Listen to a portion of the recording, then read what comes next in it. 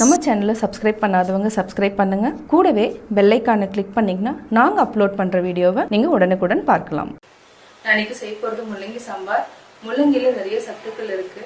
அதாவது calcium, fibre, vitamins நிறைய சத்துக்கள் இருக்கு. நம்ம இன்னைக்கு முள்ளங்கில சாம்பார் செய்ய போறோம். வாங்க எப்படி செய்யறதுன்னு பார்க்கலாம். நம்ம இன்னைக்கு செய்ய போறது முள்ளங்கி சாம்பார். நான் பருப்பு துவரம் பருப்பு எடுத்து ஒரு 10 மினிட்ஸ் சோக் பண்ணி வச்சுட்டு அதை வேக வச்சு எடுத்து வச்சுருக்கேன். சின்ன வெங்காயம் ஒரு 15 சின்ன வெங்காயத்தை நான் நீட்ட வாக்கில் கட் பண்ணி வச்சுருக்கேன். 2 தக்காளி, கருவேப்பிலை கொஞ்சமாக, ஒரு நெல்லிக்காய் அளவுக்கு புளி நல்லா ஊற வச்சு கரைச்சி வச்சுருக்கேன். இந்த பவுலில் தேவையான அளவு உப்பு, கடலைப்பருப்பு, உளுத்தம்பருப்பு, சாம்பார் தூள் 1 டேபிள் ஸ்பூன், கடுகு கொஞ்சமாக. இது முள்ளங்கி ஒரு முள்ளங்கியை நான் இந்த மாதிரி ஹாஃபாக கட் பண்ணி வச்சுருக்கேன். தேவையான அளவு ஆயில். இப்போ எப்படி செய்கிறதுன்னு பார்க்கலாம். மண் பாத்திரத்தில் தான் செய்ய போகிறோம். இப்போது காஞ்சிருச்சு. இப்போ ஆயில் 1 டேபிள் ஸ்பூன் நம்ம ஊற்றிக்கலாம். ஒரு 2 ஆயில் ஊற்றிக்கலாம்.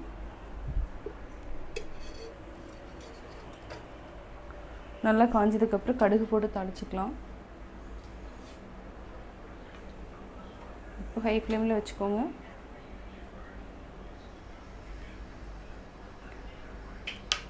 முள்ளங்கி ஹார்ட்டுக்கு ரொம்ப நல்லது. முள்ளங்கி இதை நம்ம இட்லி, தோசை எல்லாத்துக்குமே சேர்த்திக்கலாம். பனியாரம், சாம்பார்னாவே நம்ம இட்லி தோசைக்கு நல்ல காம்பினேஷன். முள்ளங்கி உடம்புக்கு ரொம்ப நல்லது, ஹார்ட்டுக்கு ரொம்ப நல்லது. நான் தாளிக்கிறப்போ பெருங்காயம் சொல்ல மறந்துட்டேன். நல்லா கடுகு பொரிஞ்சோடனே கடலைப்பருப்பு போட்டுக்கலாம். ஆப்ஷனல் தான், கடலைப்பருப்பு ஆப்ஷனல் தான். இது நல்லா பொரிஞ்சதுக்கப்புறம் நான் வரமிளகாயும் சொல்ல மறந்துட்டேன். வரமிளகாய் தேவைன்னா நம்ம போட்டுக்கலாம், இல்லைன்னா வேண்டியதில்லை. இப்போ வரமிளகாய் 1, பெருங்காயம், இது ரெண்டுமே நான் சொல்லலை உங்கள்கிட்ட, ஆட் பண்ணிக்கோங்க. டேஸ்ட் நல்லாயிருக்கும். கருவேப்பிலை போட்டாச்சு. பெருங்காயம் ஏன்னா பருப்புங்கிறதுனால வாயுத்தொல்லை அதிகமாக இருக்கும், அதனால் பெருங்காயம் நம்ம ஆட் பண்ணிக்கலாம். இப்போது சின்ன வெங்காயத்தை சின்னதாக கட் பண்ணி வச்சுக்கோங்க. நீட்ட வாக்கில் கட் பண்ணிக்கோங்க. நல்லா வதக்கிக்கோங்க. சிம்மில் வச்சு வதக்கணும். ஹை ஃப்ளேமில் வச்சா இந்த உள்ளே எடுக்கிறது எல்லாமே வேகாது. வெளியில் மட்டும் பார்த்தா மேலே மட்டும் ப்ரௌனாக இருக்கும். அதனால் சிம்மில் வச்சுட்டு நல்லா வதக்குங்க. கருவேப்பிலை நல்லா வாசனையாகவும் இருக்கும்.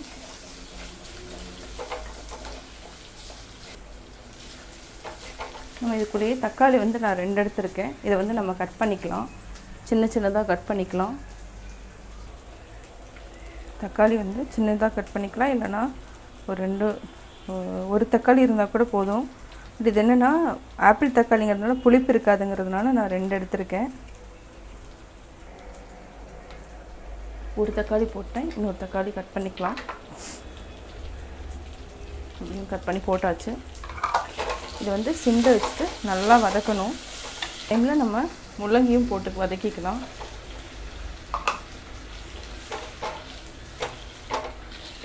இது ஒரு 5 to 10 மினிட்ஸ் சிம்மில் வச்சு வதக்கிக்கலாம். அப்போ தான் நல்லா தக்காளியும் நல்லா சாஃப்டாகணும். ஒரு 5 to 10 மினிட்ஸ் சிம்மில் வச்சுட்டு நம்ம மூடி வச்சுக்கலாம். சாம்பார் பொடி ஒரு 2 மினிட்ஸில் போட்டுக்கலாம். 10 மினிட்ஸ் நம்ம மூடி வச்சுட்டு அதுக்கப்புறம் நம்ம சாம்பார் பொடி போட்டுக்கலாம். இப்போ 10 மினிட்ஸ் ஆகிடுச்சு. இப்போ நல்லா கிளறி விட்டுக்கலாம். வெந்துடுச்சு ஓரளவுக்கு. இப்போ நம்ம சாம்பார் பொடி போட்டுக்கலாம். சால்ட் ஃபஸ்ட்டு ஒரு 1/2 டேபிள் ஸ்பூன் ஆட் பண்ணிக்கலாம். அதுக்கப்புறம் நம்ம செக் பண்ணிவிட்டு நம்ம போட்டுக்கலாம். நல்லா மிக்ஸ் பண்ணி விட்டுட்டு இப்போ வேக வச்சுருக்கிற பருப்பு எடுத்து நம்ம ஊற்றிக்கலாம்.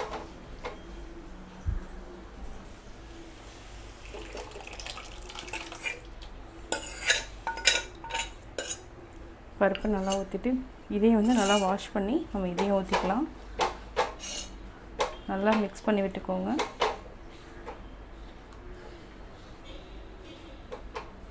இதுக்கு வந்து தண்ணி ஆட் பண்ணணும், ஏன்னா ரொம்ப சாலிடாக இருக்குது.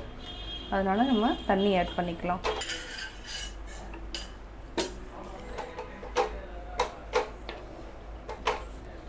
இப்போ வந்து நம்ம சால்ட்டும் போட்டோம். செக் பண்ணிவிட்டு தேவைன்னா நம்ம ஆட் பண்ணிக்கலாம், இல்லைனா வேண்டாம். இப்போ வந்து பருப்பு வந்து நல்லா இந்த மசாலாலாம் ஏறணும். அதனால் இதை வந்து ஒரு 5 மினிட்ஸ் வந்து கொதிக்க வச்சுக்கோங்க. எதுவுமே சிம்மில் வச்சு பண்ணுங்கள். ஹை ஃப்ளேமில் வச்சு கீழே அந்த பருப்பு வந்து கீழே போயிட்டு அது வந்து அதாவது என்னன்னா ஒரு கருகுன வாடை அடிக்கும். அதனால் நம்ம வந்து சிம்லேயே வச்சுட்டு நல்லா கொதிக்க வச்சுக்கலாம். பருப்பு போட்டுக்கிறோம், கொஞ்சம் உப்பு போட்டுட்டு நம்ம வேக வச்சுக்கலாம். ஒரு 5 மினிட்ஸ் இருக்கட்டும். மூடி வச்சுட்டு நம்ம லாஸ்ட்டில் நம்ம புளி ஊற்றிக்கலாம். அப்போ தான் வந்து குழம்பு வந்து நல்லா டேஸ்ட்டாக இருக்கும். ஒரு சிலர் வந்து என்னன்னா முள்ளங்கி போட்டுட்டு உடனே வந்து புளி ஊற்றிடுவாங்க. அது ஒரு விதமான டேஸ்ட்டு. நான் வந்து ஃபஸ்ட்லேயே உங்களுக்கு தாளிச்சிட்றேன். அதே மாதிரி கடைசியில் தான் நான் புளி ஊற்ற போகிறேன். இப்போ வந்து நல்லா கொதிக்கட்டும். இப்போ நல்லா பருப்பு கொதிச்சிட்ருக்கோம். கொதிச்சிருச்சு பருப்பு. நல்லா மிக்ஸ் பண்ணி விட்டு பாருங்க.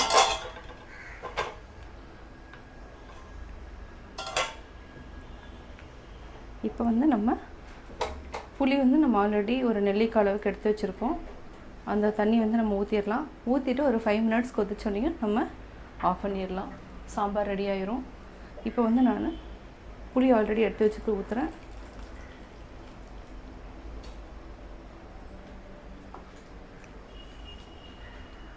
நல்லா மிக்ஸ் பண்ணி விட்டுக்கோங்க. அதுக்கப்புறம் சாம்பார் வந்து ஒரு 5 மினிட்ஸ் வந்து நல்லா கொதிக்கணும். சாம்பார் வந்து எந்த அளவுக்கு கொதிக்குதோ அந்த அளவுக்கு டேஸ்ட்டாகவும் இருக்கும். காரம் தேவைன்னா உங்களுக்கு சாம்பார் தூள் ஆட் பண்ணிக்கோங்க. சாம்பார் தூள் வந்து நம்ம ஆப்ஷனல் தான். வீட்டில் அரைச்சது இருந்தாலும் ஓகே, இல்லைனா சக்தி, ஆச்சி மசாலா எல்லாமே இருக்கும். உங்களுக்கு எது பிடிக்குதோ அந்த சாம்பார் தூள் ஆட் பண்ணிக்கோங்க.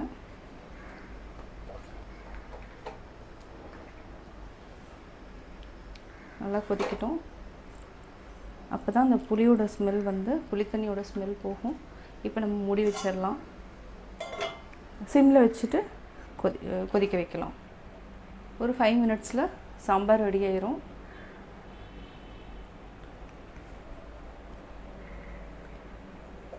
நம்ம வந்து முள்ளங்கி வந்து எப்படின்னா இதை வந்து நல்லா துருக்கிட்டு அந்த தண்ணியை வந்து நம்ம எடுத்துட்டு நம்ம வந்து சப்பாத்தி கூடல ஸ்டஃப்டு சப்பாத்தி மாதிரியும் நம்ம பண்ணலாம். இப்போ சாம்பார் வந்து சிம்மில் வச்சுருக்கேன். நல்லா கொதிக்கட்டும். ஒரு 5 மினிட்ஸில் நம்ம ஆஃப் பண்ணிக்கலாம். இப்போது சாம்பார் நல்லா கொதிச்சிருச்சு, ரெடி ஆயிடுச்சு. Hello friends, welcome to pebbles. நான் இன்றைக்கி செய்ய போகிறது சாம்பார் பொடி. இது வந்து ரொம்ப சுலபமாக செய்யலாம். ஃபஸ்ட்டு தேவையான பொருள் என்னங்கிறத பார்த்துடலாம். இது எல்லாமே நம்ம தனித்தனியாக தான் வறுக்க போகிறோம். தேவையான பொருள் பார்க்கலாம். தனியா வந்து நம்ம 100 கிராம்ஸ் எடுத்துக்கலாம். மிளகா 100 கிராம்ஸ், கடலைப்பருப்பு ஒரு 4 டேபிள் ஸ்பூன் எடுத்திருக்கேன். உளுத்தம்பருப்பு 4 டேபிள் ஸ்பூன், வெந்தயம் 2 டேபிள் ஸ்பூன், சீரகம் 2 டேபிள் ஸ்பூன், துவரம்பருப்பு 4 டேபிள் ஸ்பூன், மஞ்சள் வந்து நம்ம 1/4 டீஸ்பூன் எடுத்துக்கலாம், பெருங்காயம் 1/4 டீஸ்பூன், அரிசி வந்து 2 டேபிள் ஸ்பூன். இது எல்லாமே நம்ம தனித்தனியாக வறுத்துக்கலாம். பேன் வச்சுட்டோம். ஃபஸ்ட்டு வந்து மிளகாயை நம்ம போட்டு நல்லா வறுத்துக்கலாம். இது வந்து காம்போடையே நம்ம வந்து போட்டுக்கலாம். இந்த சாம்பார் பொடிக்கு வந்து குண்டு மிளகாய் இல்லைனா நீட்ட மிளகாய், இது ரெண்டில் எது வேணாலும் போடலாம். இது வந்து காரம் வந்து ஜாஸ்தியாக இருக்கும். அதே மாதிரி இந்த மிளகா வந்து சாம்பார் பொடி, ரசப்பொடி, தனியா பொடி எல்லாத்துக்குமே நம்ம இந்த மிளகாய் யூஸ் பண்ணிக்கலாம். மிளகா வந்து நல்லா வறுத்துட்டோம். அதாவது என்னென்னா நல்லா நெடி வரும், கொஞ்சம் காரமான ஸ்மெல் வரும். இதை வந்து நம்ம தனியாக எடுத்து ஆற வச்சுக்கலாம். இந்த மாதிரி ஒரு தனி பிளேட்டில் போட்டுக்கோங்க. அடுத்து நம்ம தனியா போட்டு நல்லா வறுத்துக்கலாம். இதுவும் நல்லா பொன்னிறமாக வர வரைக்கும் வறுத்துக்கலாம். இதுவும் நல்லா பொன்னிறமாக நம்ம வறுத்துட்டோம். இதையும் நம்ம தனியாக ஆற வச்சிடலாம். இதுக்கு எதுக்குமே நம்ம எண்ணெய் ஊற்ற வேண்டியதில்லை. ஏன்னா ரொம்ப நாள் வைக்கிறதுனால நம்ம எண்ணெய் ஊற்ற வேண்டாம். இதையும் நல்லா வறுத்துக்கலாம். எல்லாமே என்னென்னா சிம்மில் வச்சுட்டு வறுக்கணும். ஹை ஃப்ளேமில் வச்சிங்கன்னா உள்ளே வந்து நல்லா பச்சை வாசம் அடிக்கும். அரைக்கிறப்போ சிம்மில் வச்சே வறுக்கணும். இதை வந்து ஒரு பொருள் வறுக்கிறப்போ நல்லா வாசம் வரும். அதே மாதிரி பொன்னிறமானவனையுமே எடுத்துகிட்டு தனியாக ஒரு பிளேட்டோ இல்லைனா பேப்பர், இந்த ரெண்டில் எதில் வேணாலும் நம்ம போட்டு ஆற வச்சுக்கலாம். இப்போ நல்லா பொன்னிறமாயிடுச்சு. இதையும் நம்ம தனியாக எடுத்து வச்சுக்கலாம். அடுத்து உளுத்தம்பருப்பும் நல்லா பொன்னிறமாக வறுத்தாச்சு. இதையும் நம்ம எடுத்து தனியாக வச்சுக்கலாம். அடுத்து வெந்தயத்தையும் நம்ம நல்லா வறுத்துட்டோம். வெந்தயம் நல்லா வெடிக்க ஆரம்பிச்சிருச்சு, எடுத்துக்கலாம். துவரம் பருப்பை வறுத்துக்கலாம். துவரம் பருப்பும் நல்லா பொன்னிறமாக வறுத்தாச்சு. வந்து சீரகம், இது ஆல்ரெடி சூடு இருக்குது. இந்த சூடு வந்து ஒரு 2 செகண்ட் இருந்தாவே போதும். இந்த சூட்லேயே நல்லா வறுத்துக்கலாம். போதும், இதுவே நல்லா சூடாயிடுச்சு. இதையும் நம்ம தனியாக எடுத்து வச்சுக்கலாம். அரிசி வந்து சாம்பார் தூள், அதாவது என்னென்னா சாம்பார் கெட்டியாகிறதுக்காக அரிசி வந்து நம்ம ஆட் பண்ணுறோம். தேவைன்னா நீங்கள் அரிசி ஆட் பண்ணிக்கோங்க, இல்லைன்னா தேவையில்லை. இது வந்து பச்சரிசி எடுத்திருக்கேன். எந்த அரிசி வேணாலும் நம்ம ஆட் பண்ணிக்கலாம். இதுவும் நல்லா வறுத்தாச்சு. இப்போ நம்ம ஆஃப் பண்ணிக்கலாம்.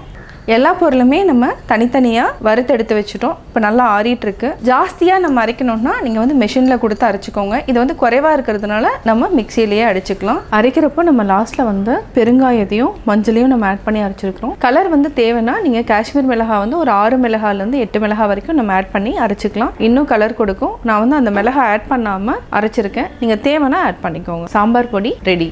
இப்போ சாம்பார் பொடி எப்படி செஞ்சேங்கிறத பார்த்தீங்க. இந்த வீடியோ உங்களுக்கு பிடிச்சிருந்ததுன்னா லைக் பண்ணுங்கள். மறக்காமல் எங்கள் சேனலை சப்ஸ்கிரைப் பண்ணுங்கள்.